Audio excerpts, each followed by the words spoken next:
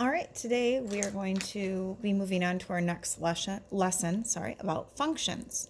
So it says, I understand that a function is a rule that assigns each input to exactly one output. And there's a lot of information in there and actually a lot of vocab terms that we're going to be talking about. So as we go through this video, you guys are going to want to really pause this, write some stuff down. Then you're going to want to restart it.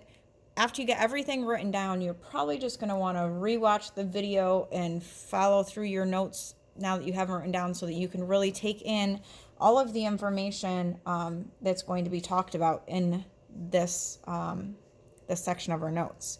So I'm underlining and highlighting some important stuff, and we will be going through this also throughout our notes. But a function is a rule. So you can think about it like an equation, the equation. Our input is going to be our x values, and our output is our y values, and notice it says one output. So the first thing that you're going to fill out, and it's going to look like a lot, but again, you're going to pause it, fill it out, and then you're going to listen to me explain it. So the first section is function. So you're going to write function in the middle, and then all of this stuff is about the function. Okay, what is a function? Well, a function is a relationship that assigns exactly one output. That's your y value. It's what you get out. So think about what we've been doing. We were plugging in values for x, and whatever we got as an answer, that was our value for y. So your output is your y value, and you only have one y value for every x, or input. So again, pause this, write this down, and then start the video again. This box is examples of what a function could look like. Again, your x value is your input, your y value is your output. So you can have a table of ordered pairs. You could have a graph that has a straight line, whether it's going diagonal, whether it's going side to side. You could also have a graph that looks like this, and it's curved. Some important characteristics: that you must have an input x to get an output of y. Then there are two different kinds of functions that we will be discussing. Linear function is a straight line, and the way I remember that is if you look at the word linear, it has the word line right in it. So a linear function would be an example of this. It's a straight line. A nonlinear function is a curved line. So this is an example of a nonlinear function. Now, this whole not section right here, I always get nervous about putting this stuff, but it's super important that you understand what a function is not. A function, a graph of a function cannot look like a circle because the ends cannot connect. The graph of a function cannot be a straight line up or down. It can be a straight line side to side, but it cannot be a straight line up or down. A function, if we're talking about in a table of ordered pairs, your x values cannot repeat. So this is not considered a function because notice it says for every input, I can only have one output. Well, I put in a 2 and got out a 4, and then I put in a 2 and got out an 8. So that gives me two different outputs. So I can't do that. So these are examples of things that would be considered not a function. Once you get that all copied down, you can start the video back up again. So it says, think of a function rule. So that's like our equation. What equation did we use to solve this? As an input-output machine.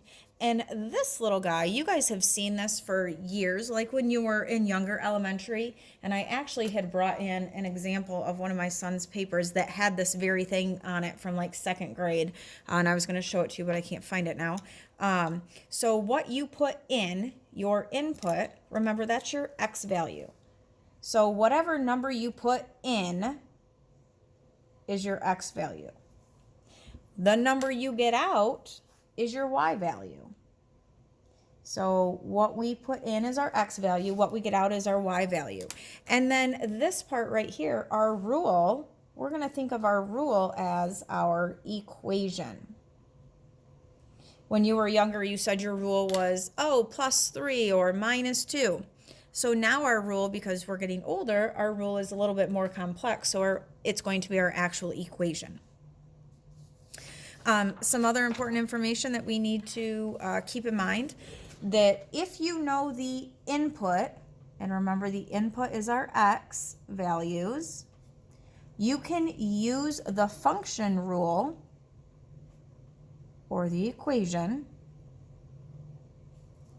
to find the output. And remember, the output is our y values. The output values depend on the input values. And that's very important. And on the next sheet, we're going to be talking about input, output. So right here, those output values depend on your input values. So our output values depend, and so remember, those were our y values. So our y values depend on our x values. So we're going to look at this example. We have y equals 3x plus 4. Remember, now you're thinking, okay, so that's going to be my rule. So I'm going to put in a value for x, and what am I going to get out? Okay, so remember, our input is x, our output is y, and in this case, our rule is 3x plus 4. Okay, so this would be our equation. You guys are going to see and hear this so much that you can't possibly forget it. All right, so when you are filling out a table, you guys already learned that you get to pick 3 values to plug in for x, because that's what you put in, right? That's your input. What you get out is your y. So you should be always picking a negative, a 0, and a positive. I tend to like to pick some smaller numbers, so I'm going to use -1, 0, and 1. And we're going to use this equation right here. So I have to do it 3 different times because I'm going to do it for each of those numbers. So the first one says y equals, instead of 3 times x though, I'm plugging in a -1 for x. So now it's going to say y equals 3 times -1 plus 4. And now I want to solve that. So 3 times -1 is -3, and -3 plus 4, so I have different signs I subtract, and 4 is bigger and it's positive, so my y value is going to come out positive. So when I put in a -1, I get out a positive 1. Now we're going to do it again, but this time we're going to plug in a 0. So y equals 3 times 0 plus 4.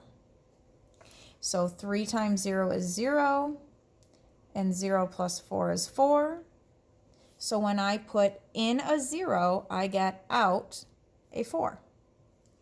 And then the last time, again, we always go back to the original. Y equals 3 instead of x, though we're saying 3 times 1 plus 4, because this is my rule. 3 times 1 is 3, and 3 plus 4 is 7. So when I put in a 1, I get out a 7. So these are my input values, these are my output values.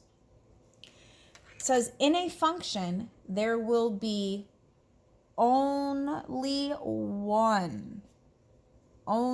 one output for every input. Meaning, if I plug in -1, I can only ever get out a 1. I can't put in -1 and get out a different number. If I do, that's not a function. Okay? So remember that in a function,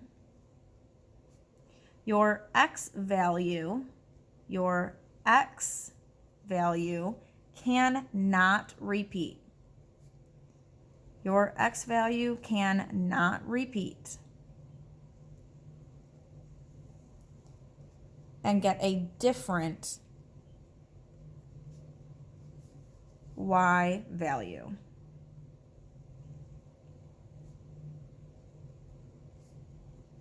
So your x value cannot repeat and get a different y value for the same rule. So like I just said, with this equation that we used, there's no way I could plug -1 in 2 times and get out 2 different numbers. That's not a function, okay? So example would be, you can't have an ordered pair, because remember, this is a table of ordered pairs. I can't have an ordered pair of 2, 3 and an ordered pair of 2, 8 for the same equation. Okay, that doesn't happen. You might also see it like this. I plugged in a 1, I got out a 3. I plugged in a 2, I got out a 4, and I got out a 5. Whoa, you can't get out a 4 and a 5 if you just plugged in a 2. So this right here can't happen. Okay. All right, when I flip it over again, there's going to be a lot of information on the page, but you're going to pause it, write it all down, and then you're going to restart the video and hear me explain it to you. So a function is the same thing as a rule, that's the same thing as an equation, and it's the same thing as a relationship. So all of those words can be used together interchangeably. And I'm going to go ahead and stop this video, and we'll start a new video to finish out our notes for this page.